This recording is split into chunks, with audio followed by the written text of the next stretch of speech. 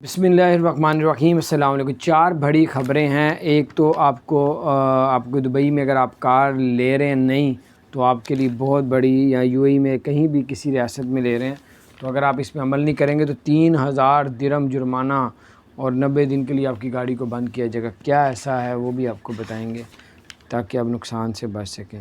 اور اگر آپ نے آئی ڈی کارڈ، ایمریٹس کا آئی ڈی کارڈ اگر اپلائی کیا اور بن کے نہیں آ رہا ٹائم سے تو ان کی بھی وجہ بتائی ہے انہوں نے۔ اور جو لوگ جاب ڈھونڈ رہے ہیں اور جاب لینا چاہ رہے ہیں ان کے لیے سب سے پہلے آپ کو بتاتے ہیں، جو یو اے ای حکومت نے کہا ہے اگر کوئی گاڑی لیتا ہے اور نمبر پلیٹ لگائے بغیر باہر چلاتا ہے تو اس کو 3000 درہم کا جرمانہ کیا جائے گا فوری طور پہ۔ 90 دن کے لیے اس کی گاڑی کو ضبط کر لیا جائے گا، بند کر دیا جائے گا۔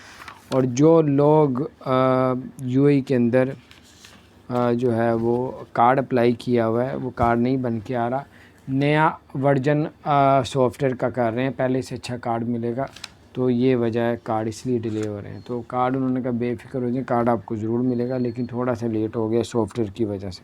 جو لوگ جاب اپلائی کر رہے ہیں اور جو انہوں نے جاب اپلائی جاب کر رہے ہیں ان دونوں کے لیے، اگر جاب اپلائی کریں آن لائن تو دبئی حکومت نے بھی تھوڑے دیر پہلے اعلان کیا کہ بہت فراڈ ہو رہا ہے، تو آپ بچ کے کسی کو نہ پیسے دیں نہ پاسپورٹ ڈاکومنٹس دیں، کیونکہ آن لائن بہت زیادہ فراڈ ہو رہا ہے، بچ کے۔